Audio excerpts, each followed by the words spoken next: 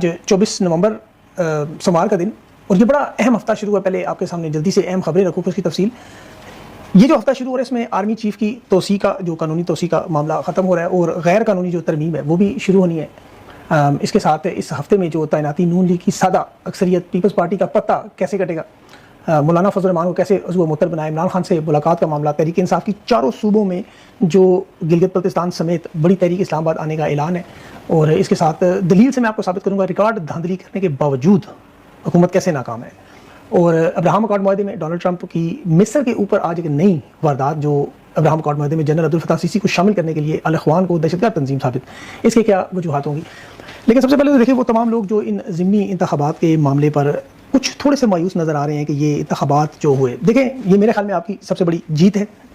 اب آپ حیران ہوں گے کہ میں آپ کا مینڈیٹ چھیننے کو آپ کی جیت کیسے کہہ رہا ہوں. دیکھیں پاکستان کی قوم کو اب اس بات کا اندازہ ہوگا کہ جب تک یہ اپنے حقوق کے لیے کھڑے نہیں ہوں گے آئندہ ہر الیکشن ایسے ہی لوٹ لیا جائے گا. یہ آپ جانتے ہیں، لیکن اب آپ کے سامنے یہ معاملہ ہے کہ جب تک نیپال، بنگلہ دیش، سری لنکا کی طرح پرامن انداز میں آپ اپنے حقوق کے لیے نہیں نکلیں گے، اس کا کوئی دوسرا حل نہیں. اسی لیے میں آپ کے سامنے تفصیل بتاؤں جو سب سے پہلے جو ضمنی انتخابات کے حوالے سے، تاکہ آپ کو یہ معاملہ سمجھ آ سکے کہ یہ ہفتہ کیوں میں کہہ رہا ہوں کتنا اہم ہے. دیکھیں سب سے پہلے ٹرن آؤٹ جو ان ضمنی انتخابات میں نظر آیا، یہ سارے پولنگ اسٹیشن جس طرح ویران تھے، جس طرح مارشل لا کے آپ دور اٹھا کر دیکھیں تو اس میں بھی یہ معاملہ نظر نہیں آیا جو عوام کی طرف سے بائیکاٹ کا عمران خان کے حکم پر جو مظاہرہ ہوا. یہ اس لحاظ سے اہم ہے کہ اگر دنیا کے کسی اور ملک میں ایسا ہوتا تو یقین جانے کہ اس وقت الیکشن کمیشن سمیت یہ تمام مستعفی ہو کے معافی مانگتے، یہ ایک عام پریکٹس ہے. اچھا، انہوں نے یہاں شرمندگی چھپانے کے لیے فارم 45 پہلے چھاپ لیے تاکہ عوام کو پہلے فارم 45 دکھائیں. اس کے باوجود تحریک انصاف کے کیمپس میں ایک میلہ نظر آ رہا تھا، اور یہاں 8 فروری کے الیکشن کی یاد تازہ کرانے کے لیے الیکشن لوٹنے کا معاملہ. اب یہ بات طے ہے کہ پاکستان کی عوام عمران خان کے کہنے پر ووٹ کے لیے نکلے گی اور عمران خان کے کہنے پر ووٹ روکنے کے لیے بھی نکلے گی، یاد رکھیں. اب یہاں عمران خان نے تو اپنی عوامی طاقت کا مظاہرہ کر دیا، دوسری طرف انہوں نے بھی اپنی طاقت کا مظاہرہ کیا. ان تمام انتخابات میں جو سب سے اہم حلقہ تھا وہ ہری پور تھا، جہاں خیبر پختونخوا عمر ایوب کا حلقہ کی اہلیہ لڑی تھی مقابلے میں کیپٹن صفدر کا امیدوار، جس نے بھی دعویٰ کیا کہ 55,000 کی لیڈ سے جیتیں گے. یہ مریم نواز کے خامند ہیں اور ان کی کہیں چلے نہ چلے، لیکن یہاں انہوں نے پتا تھا کہ دھاندلی کی حیثیت رکھتے ہیں. انہوں نے یہ ثابت کرنا تھا کہ ہم دھاندلی کی مکمل حیثیت رکھتے ہیں، چاہے خیبر پختونخوا گرفتاریاں، بیلٹ پیپرز چوری کرنا، کتابیں غائب کرنا، ووٹرز کے جو ووٹ ہے وہ اٹھا کے دوسرے حلقوں میں پھینکنا، اور فارم 45 پر بابر نواز خان کو 1,63,000 ووٹ پڑنا. اب یہ دیکھیں کہ عمر ایوب صاحب کی اہلیہ کو 1,20,000 ووٹ پڑ چکے تھے، لیکن انہوں نے 43,000 ووٹ کا وہ کیپٹن صفدر کی جو پیشن گوئی تھی اسے بھی ثابت کرنا تھا، یعنی بتانا تھا کہ الیکشن یہ بری طرح ہار گئے. کہ ان کے اپنے حکومتی صحافی چیخ چیخ کہہ رہے تھے کہ جمہوریت صرف پولنگ بوتھ میں نظر آتی ہے، لیکن یہ قبولیت والی جمہوریت نہیں تھی، مقبولیت والی نہیں تھی. مہذب ممالک میں ایسا نہیں ہوتا. اب ان کے کچھ صحافیوں نے تو یہاں تک کہا چونکہ ان کی زبان ٹھیک نہیں اس لیے ان سے الیکشن چھینا گیا. اندازہ کریں جس طرح وہ ایک عمران خان کی تصویر لے کے بندہ بھی ایئرپورٹ پر آپ کے سامنے نظر آیا ہوگا، جس کی آپ کو پتہ ہے وہ اسے کہا گیا کہ تم یہ تصویر نہیں لا سکتے، کہ یہ نظام نہیں مانتا. اسی طرح آپ کے ووٹ کو یہ نظام نہیں مانتا. انہوں نے دیکھیں حالات یہاں تک بنائے کہ جیسے وہ صحافی اٹھا لیا آغا حسن سرور، شیخ سرور سوری. اب عمر گندل جو ایک صحافی ہیں وہ عوام سے انٹرویوز کر رہے تھے، تو ایک فیملی کے ساتھ انہوں نے انٹرویو کیا جس میں اس خاندان نے کہا کہ ووٹ تو ہم نے عمران خان کو ہی دیا ہے، لیکن ہم کیمرے کے سامنے نہیں کہہ سکتے کہ کہیں ہمارے گھر میں آ کے دعویٰ نہ بول دے. اندازہ کریں کہ ان حالات میں الیکشن کروائے تھے. 12 لوگوں نے 8 فروری کو بھی ووٹ دیا اور آج بھی بائیکاٹ بھی کیا، اور ووٹ بھی جہاں خان نے کہا وہاں دیا. یہ 6 قومی اسمبلی کے اور 7 صوبائی اسمبلی کے حلقوں میں الیکشن تھے، اور اس میں لاہور کی سائیں وال کی ڈیرہ غازی خان کی نشستیں تھیں، اور صوبائی اسمبلی میں فیصل آباد کی 3، سائیں وال کی 3 اور مظفر گڑھ کی 1، میاں والی اور سرگودا کی 1 نشست تھی. 13 الیکشن. لیکن اس میں ہری پور اور سمن آباد کے الیکشن میں مکمل طور پر تحریک انصاف نے کلین سویپ کیا. معاف کیجیے گلا میرا خراب ہے، لیکن دوسری طرف الیکشن میں بائیکاٹ کی وجہ سے تحریک انصاف نے عمران خان کے کہنے پر وہاں بھی کلین سویپ کیا ٹرن آؤٹ سے. اب چونکہ جس طرح حرام کے مال پر قبضہ کر کے لوگ اپنے گھر کے باہر حاضہ من فضل ربی لکھواتے ہیں، اسی طرح شہباز شریف نے یہی ٹویٹ کرتے ہوئے الحمدللہ کہہ دیا. اور یہ وہ بےغیرتی اور بے شرمی ہے جس طرح حلقہ NA 104 فیصل آباد میں ریٹرننگ افسر فارم 45 پہلے سے دستخط کروا کے اسے پھاڑتے ہوئے داڑھی رکھے ہوئے شخص اقرار کر رہا تھا. یعنی یہ جو بےغیرتی 8 فروری کے الیکشن کے بعد شروع ہوئی وہ ابھی تک جاری ہے. اور خوف کا تو یہ عالم تھا کہ جو ریٹرننگ افسران تھے ان کے گھروں کے باہر پولیس اور ہری پور کے الیکشن کے بعد باقاعدہ خندق کھو دی گئی. وہ آپ نے وہ تمام ویژولز نیا پاکستان حسنین کے دیکھے ہوں گے. خوف یہ کہ وہ چنگاری جس سے خوف ہے وہ نہ بھڑک اٹھے. اب دیکھیں اسٹیبلشمنٹ کی اس وقت پوری کوشش ایک ہی ہے، یاد رکھیں، اور یہ بڑی میں اہم بات کر رہا ہوں کہ آپ کو ہر قسم کے سیاسی عمل سے باہر رکھا جائے، کیونکہ یہ جانتے ہیں آپ کو ایک دفعہ یہ پیغام دے دیا جائے کہ آپ کے ووٹ کی اہمیت نہیں ہے، آپ جتنی مرضی ووٹ ڈالیں گے کسی اور کو، نکلے گا کسی اور کو، نتیجہ یہ کوئی اور بنائیں. پاکستان کی عوام کو متنفر کرنا اس سیاسی عمل سے، جسے جوڑنے کے لیے ہم لوگ دن رات محنت کر رہے ہیں کہ آپ کو یہ مایوس نہ کر سکیں، کیونکہ یہی ایک پرامن اور واحد جمہوریت، عدل اور انصاف کی طرف راستہ ہے. اب سہیل افریدی نے دیکھیں جو اعلان کیا کہ انہیں پورے پاکستان سے، بلوچستان، کراچی، پنجاب سے کالز آ رہی ہیں اور یہ سب کے سب اسلام آباد آنے کے لیے تیار ہیں اور اب کی دفعہ سب مل کر نکلیں گے. دیکھیں یہ جو ہفتہ میں آپ کو بتا رہا ہوں اہم ہوتا جا رہا ہے، اس کی وجہ دیکھیں نون لیگ اور پیپلز پارٹی سسٹم کا بہت بڑا حصہ ہے. اب ان کے مستقبل کا فیصلہ ہو چکا ہے، اب پیچھے رہ گئی ہے نون لیگ. پیپلز پارٹی ان سے الگ نظر آ رہی ہے. 26ویں ترمیم میں آپ کو یاد ہوگا مولانا فضل الرحمان نے، جس کا انتہائی اہم کردار تھا، اور پھر جس طرح عدلیہ کے ذریعے مخصوص نشستیں چھین لی گئیں تو مولانا فضل الرحمان کو کر دیا گیا زیرو. اب 27ویں ترمیم میں انہیں پیپلز پارٹی کی ضرورت تھی، انتہائی اہم تھے، ان کے ووٹ کی سینٹ میں اور پارلیمنٹ میں ضرورت تھی. اب وہ ووٹ انہوں نے آزاد کشمیر کی وزارت عظمیٰ اور زرداری کو استثنا دے کے وہ لے لیا. اب پیپلز پارٹی کی انہیں ضرورت نہیں ہے، یہ میں آپ کو آگے چل کے بتاتا ہوں. دوسری طرف نون لیگ کے پاس اب ایسا کچھ بھی نہیں بچا جو اب یہ فیلڈ مارشل کو آفر کر سکے. آپ خود سوچیں وہ سب کچھ لے چکے ہیں. قومی اسمبلی کی یہ 5 نشستیں لینے کے بعد پیپلز پارٹی کے بغیر نون لیگ اب 168 نشستوں کی سادہ اکثریت، کیونکہ مولانا فضل الرحمان کو نکال دیا گیا بیچ میں سے، نون لیگ کو اب پیپلز پارٹی کی ضرورت نہیں ہے. ان کے پاس 130 نشستیں مکمل ہیں. ایم کے ایم کی نشستیں، کاف لیگ کی نشستیں، استحکام پارٹی کی، مسلم لیگ ضیاء کی اور 4 آزاد امیدواروں کی سب ملائیں تو نون لیگ کے پاس 168 کی سادہ اکثریت بنتی ہے. انہیں اب پیپلز پارٹی کی کوئی ضرورت نہیں. تو یہ بات آپ سمجھیں، پیپلز پارٹی اس نظام سے فارغ، یعنی بجٹ سے پہلے صدر زرداری کو اسی لیے استثنا چاہیے تھا کہ اسے معلوم تھا کہ یہ عین ممکن ہے کہ نواز شریف صدارت کے لیے اپنا ہاتھ کھڑا کر دیں، کیونکہ فیلڈ مارشل بھی صدارت کے عہدے پر نظر رکھ کے بیٹھے ہوئے ہیں، ان کا یہ پسندیدہ عہدہ ہے. یہاں یہ یاد رکھیں کہ اس اتوار کو، یعنی جو آنے والا اتوار ہے، اس میں فیلڈ مارشل کا یہ نوٹیفیکیشن اسی لیے انتہائی اہم ہونے جا رہا ہے. اور اس میں یہ عہدہ دیکھیں صرف جنرل عاصم منیر صاحب کے نام نہیں ہے، اور جو واردات 27ویں ترمیم میں کی گئی اس میں کہیں بھی نہیں لکھا کہ یہ عہدہ صرف جنرل عاصم منیر کے لیے ہے. اس ٹیکنیکل بات کو سمجھنے کے لیے آپ کو 27ویں ترمیم بار بار پڑھنی پڑے گی. جنرل عاصم منیر وہ عاصم منیر بھی نہیں جن کے مغرب کے ساتھ تعلقات نہیں تھے. یہ بات اب نواز شریف جانتا ہے.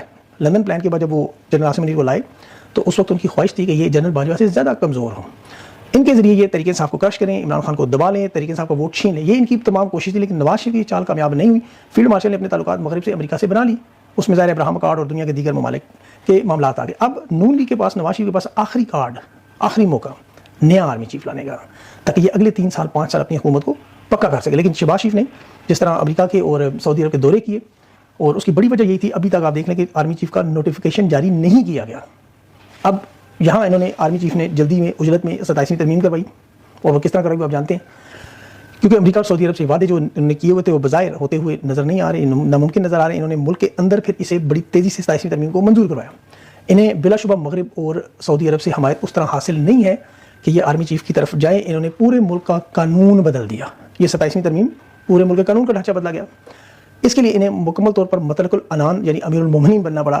اب یہ مغرب اور امریکہ کو تاثر دینا چاہتے ہیں کہ دیکھیں اب تو مجبوری ہے، میرے پاس نوٹیفیکیشن آ چکا ہے، اب 27ویں ترمیم ہو چکی ہے، اب مجھے لپیٹنا مشکل ہے. یہی وجہ ہے کہ ان کے، اگر آپ بزرج المہر، یہ سہیل وڑائچ وغیرہ، انصار عباسی وغیرہ، ان کی لیٹسٹ سٹیٹمنٹس کو پڑھیں، چونکہ ان کا دھندا ہے، ان کی نوکریاں ہیں، ان کے مفادات ہیں. یہ بالکل اس طرح سے مغل بادشاہوں کے بھانڈ تھے، نوابوں کے مختلف بھانڈ ہوا کرتے تھے. یہ اب شہباز شریف اور نواز شریف کو سمجھا رہے ہیں کہ آپ کو اسی تنخواہ میں کام کرنا پڑے گا. اور لیکن اس میں سب سے بڑا مسئلہ ان کے لیے بن چکا ہے کہ ایک شخص کی اندھا دھند پیروی کے نتیجے میں اب ادارے کے وجود کو شدید خطرہ ہے.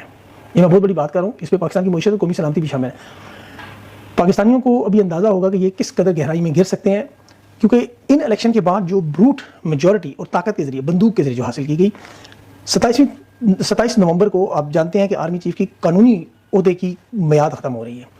اب تھوڑی دیر کے اگر آپ فرض کریں کہ 27ویں ترمیم میں اور 26ویں ترمیم کے عہد میں انہوں نے جو عہدے سے زیادہ طاقت حاصل کر لی اور یہ چیف آف ڈیفنس فورس بھی بن گئے، فیلڈ مارشل جی پہلے سے ہیں، لیکن 24 کروڑ پاکستانی سوچ رہے ہیں کہ کیا آرمی چیف یا چیف آف ڈیفنس خیر وعافیت سے اپنے گھر جائیں گے یا اس کا نتیجہ کیا نکلے گا. اگر یہ گھر نہیں جاتے تو کیا ہوگا؟ دیکھیں اس میں تو سادہ سی بات ہے، سیاسی استحکام تو نہیں آئے گا. اگر آپ سمجھتے ہیں کہ سیاسی استحکام آئے گا یا پاکستان ترقی کی راہ پہ گامزن ہوگا، ملک کی معیشت بہتر ہوگی، ملک میں امن و امان آئے گا، ملک کی خارجہ پالیسی بہتر ہوگی، تو ان سوالوں کو تمام کا جواب نفی میں ناممکن نہیں ہے. ایک عہدے پر قائم شخص کو جتنے مرضی عہدے آپ دے دیے جائیں، طاقت کے تناظر میں کوئی تبدیلی نہیں آتی. یہ 26ویں ترمیم سے پہلے بھی آرمی چیف تھے، 27ویں ترمیم کے بعد بھی آرمی چیف ہے. ان کے ساتھ جو عہدے ہیں، ٹائٹلز ہیں، اعزازات ہیں، یہ طاقت کے تناظر میں کوئی تبدیلی نہیں لا سکتے. اچھا، اب ماضی میں آپ دیکھیں، اس کا میں آپ کو ثبوت دے رہا ہوں کہ پرویز مشرف نے جب 2007 میں ایمرجنسی لگائی تو اس سے پہلے وہ آرمی چیف بھی تھا، چیف ایگزیکٹو بھی تھا، اور اس نے صدر مملکت کا عہدہ بھی جوڑ لیا. ضیاء الحق نے بھی اسی طرح اپنے عہدے کے ساتھ امیر المومنین لگایا، صدر پاکستان لگایا. لیکن ان تمام لوگوں کے درمیان ایک قدر مشترک دیکھیں تو ان کی طاقت ہمیشہ پہلے سے کمزور ہوئی. یہ آپ تاریخ پڑھ سکتے ہیں، گوگل پہ جا کے دیکھ سکتے ہیں کیا ہوا ان دنوں میں. اور اس کی سب سے بڑی مثال آپ دیکھیں کہ 29 نومبر تک سب کو امید ہے کہ آرمی چیف رخصت ہو جائیں گے. انہوں نے 27ویں ترمیم کے ذریعے اپنے آپ کو اس عہدے پر تاحیات قابض کیا تاکہ طاقت کے اس ڈھانچے کو مزید مضبوط کریں. اب یہ پہلے سے پاکستان کا ایک مضبوط ترین سٹرکچر چل رہا ہے، یہ یاد رکھیں. اب ایک بڑا تسلیم شدہ قدرت کا اصول ہے، سائنس کا، آرٹ کا بھی اصول ہے کہ never fix the thing which is not broken. جو چیز ٹوٹ پھوٹ کا شکار نہ ہو اسے جوڑنے کی کوشش. انہوں نے وہ کوشش کی. بظاہر یونیفارم وردی, پروٹوکول, گاڑیاں, گارڈز, بندوقیں سب آپ کو نظر آ رہے ہیں, الیکشن لوٹ کے نظام کو مضبوط کرنا. لیکن جب دیکھیں حد سے زیادہ اختیار حاصل کیے جائیں تو پھر نظام محفوظ نہیں رہتا. اب یہ بات ذرا آپ کو سمجھنا ہوگی کہ ایک شخص جب عہدے پر ٹک جائے, کیونکہ یہ طاقت کا اصول ہے, یہ پھیلتی نہیں, یہ سکڑتی ہے, سمٹتی ہے. جہاں بھی قانون ختم ہو صرف اس حکم کے انتظار میں تمام ادارے بن جائیں ایک کٹھ پتلی کی طرح, تو پھر وہ لوگ سوچنا چھوڑ دیتے ہیں. آپ دیکھیں بڑے سے بڑا درخت دیکھیں, چھوٹے چھوٹے یہ جانور یا دیمک جب اسے چپٹ جاتی ہے تو وہ اسے اندر سے کھوکھلا کرتی ہے. اس طرح ترمیم کے زیر اثر اس سسٹم کو جو چاروں طرف سے پھٹتا ہوا نظر ہے, دائیں بائیں اوپر نیچے, اس میں تمام ادارے اب بکھر چکے ہیں. تمام ادارے.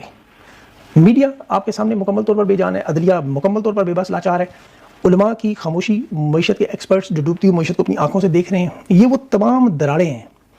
انہیں بتانے کے لیے عوام کو جو سچ رکھا جاتا ہے اسے دبانے کی جب کوشش کی جائے تو غلطیاں مزید بڑھتی ہیں. اس بات کو ذرا غور سے سمجھیں. آرمی چیف کو بچانے کے لیے دیکھیں انہوں نے پورے کا پورا آئین موڑ دیا, پورا آئین. اب یہ کام پرویز مشرف, ضیاء الحق اور ایوب خان سمیت دنیا کے تمام ڈکٹیٹر کر, لیکن اس میں ہوتا کیا کہ پورا ادارہ جب ایک شخص کے سائے تلے چلنا شروع ہو جائے, فیصلوں میں مشاورت ختم ہو جائے, تو پھر ان اداروں کے اندر جو افراد ہیں ان کی قوت کمزور ہوتی ہے. یہ بات آپ کو ابھی ایک دو ہفتوں کے اندر نظر بھی آ جائے گی. پاکستان کے چونکہ معاشی حالات اس لیول پر پہنچ چکے ہیں, اور اس کی وجہ کوئی انٹرنیشنل سازش نہیں ہے, مہنگائی نہیں ہے, عوام نہیں ہے, اس کی وجہ عدلیہ اور اسٹیبلشمنٹ اور فوج ہے. انہوں نے اس ریاست کو چونکہ ذاتی حیثیت میں ایک ملکیت سمجھا ہوا ہے, جس کی وجہ سے اس وقت جو پاکستان میں غیر قانونی کرپٹو کی ٹریڈنگ کی وجہ سے $1 ارب اچانک غائب ہوئے. یعنی بینکوں میں آپ ڈالرز کا بہاؤ دیکھیں تو وہ 4 ارب سے گر کر 3 ارب رہ گا. اگر دنیا میں کہیں بھی ایسا ہو تو وہاں معاشی ایمرجنسی لگ جاتی ہے. اب یہاں چونکہ ان کا فوکس 27ویں ترمیم, 28ویں ترمیم, آرمی چیف کی مدت, عمران خان کو قید تنہائی میں رکھنا, الیکشن کے ڈبے چوری کرنا اور ان سارے معاملات پر لگے ہوئے ہیں, یا لاکھوں ڈالرز لگا کے عمران خان کی کردار کشی پر کالم لکھوانا. یہ پاکستان کی تاریخ میں نظر آ چکا ہے کہ انہیں معیشت میں کوئی دلچسپی نہیں. ان سے پہلے کے جو بڑے بڑے ڈکٹیٹرز آئے دیکھیں انہوں نے جنگیں بھی لگائیں, دہشت گردی کی جنگ میں حصہ بھی لیا, لیکن وہ ڈالر لے آئے. یہ بات ذرا سمجھنے کی, وہ ڈالر لے آئے, یہاں ڈالر نہیں آ رہے. 3 سال میں اب تک ان کی سب سے بڑی کامیابی کیا ہے کہ عمران خان جیل میں ہے, تحریک انصاف توڑ دی, اس کا مینڈیٹ چھین لیا. یہ ان کی سب سے بڑی کامیابی ہے, لیکن حقیقت میں یہ وہیں کھڑے ہیں جہاں 9 اپریل کی رات کو کھڑے تھے. آپ دیکھ لیں پاکستان کے حالات. آج بھی عمران خان کا ویژن آپ دیکھیں کہ عمران خان نے جو بات 1996 میں تحریک انصاف بناتے وقت کی کہ پاکستان کی تباہی اور بربادی کا سب سے جو بڑا معاملہ ہے وہ کرپشن ہے, وہ ثبوت IMF کی رپورٹ میں آ رہا ہے. 29 سال عمران خان اس کرپشن کے خلاف لڑتا رہا, اور آج عمران خان کے نظریات آپ کے سامنے مکمل ثبوت کی شکل میں IMF بتا رہے ہیں. اب یہ مدت ملازمت توسیع لے لیں, فارم 47 کا نظام بنا لیں, جتنی مرضی ترامیم کر لیں, لیکن یہ بدیانت تھے, کرپٹ تھے, بدیانت ہیں اور کرپٹ رہیں گے. اور عمران خان اسی طرح نیٹ اور کلین تھا جس طرح پہلے تھا. اب سب سے بڑا سوال یہ کہ ہوگا کیا, منگل کے دن عمران خان کی ملاقات ہوگی یا 27 نومبر کو؟ کیونکہ میرے پاس جو اطلاعات ہے کہ حکومت تیار ہے عمران خان کی ملاقات کروانے, لیکن 27 نومبر کو یہ چاہتے ہیں کہ نوٹیفیکیشن ایک دفعہ ہو جائے. اس کے بعد انہیں خطرہ ہے کہ تحریک انصاف کی طرف سے کال آ گئی, جس طرح ابھی ہری پور میں دیکھیں عوام جس طرح مطالبہ کر رہی تھی کہ انہیں ہر صورت میں فی الفور احتجاج کرنا چاہیے. جس طرح یہ الیکشن 8 فروری کا لوٹا گیا, جس طرح ہر الیکشن لوٹا جا رہے ہیں, جب تک روکا نہیں جائے گا اس وقت تک یہ معاملہ حل نہیں ہوگا. اور یہ نظریں ہیں اس وقت سہیل آفریدی بن, وہ اس وقت محور مرکز بن چکے ہیں. اب دیکھنا یہ گا وہ کیا حکمت عملی بنا. جہاں تک میری اطلاعات ہے کہ نوٹیفیکیشن آنے کے بعد عمران خان سے ملاقات ہونے کے بعد اس معاملے کو فی الفور بڑھایا جائے گا, بڑے لیول پر ہلچل مچائی جائے گی, عوامی احتجاج کا سلسلہ شروع کیا جائے گا, اور اس میں چاروں صوبوں کی طرف سے پنڈی یا اسلام آباد کی طرف آمد کا اعلان کیا جائے گا. اور یہ آرمی چیف کی مدت ملازمت توسیع کے نوٹیفیکیشن کے بعد ہوگا. ابھی فی الحال 26 نومبر کو تحریک انصاف نے یوم شہداء منانے کا اعلان کیا ہے. گلی محلے بازاروں کو چوکوں میں ٹکٹ ہولڈرز میں MNAs MPs کو یہ اعلان کیا کہ یہ باقاعدہ اسٹکرز لگائیں, وال چاکنگ کریں, اپنے اپنے حلقوں میں دعائیں کریں, فاتحہ خوانی کریں, ایک معاملہ کریں, تحریک انصاف کے جھنڈے اور عمران خان کی تصویر شروع کریں. یہ شروعات ہیں, لیکن جو اصل معاملہ شروع ہونے کو وہ ہے خیبر پختونخوا سے. اور مجھے لگتا ہے کہ نومبر کا یہ مہینہ کہیں دسمبر کا ستم گرم مہینہ نہ بنے, اور اس میں یہ فیصلہ 8 سے 16 گھنٹوں میں نہ ہو جائے. یہ میں نے بہت بڑی بات کی ہے اور خبر کی بنیاد پہ کی ہے. اب دیکھتے ہیں یہ ہے کہ اس خبر کو عملی جامع کیسے بنایا جائے گا. ابھی بہت کچھ ہے کہنے کو, لیکن چونکہ میں تو سفر میں ہوں, دوسرا رات کے دن کے سونے جاگنے کے اوقات بالکل بدل چکے ہیں, تو اس میں کافی ساری جو ہے وہ مشکلات آ رہی ہیں. لیکن کوشش کروں گا کہ آپ کے سامنے وہ معلومات رکھوں گا. میں ابھی تک تمام لوگوں کے ساتھ رابطے میں اسی طرح موجود ہوں. انشاءاللہ خبر آپ کے پاس ضرور آئے گی اور میری طرف سے ہی آئے گی. اپنا خیال رکھیں, مجھے اجازت دیں, اللہ حافظ.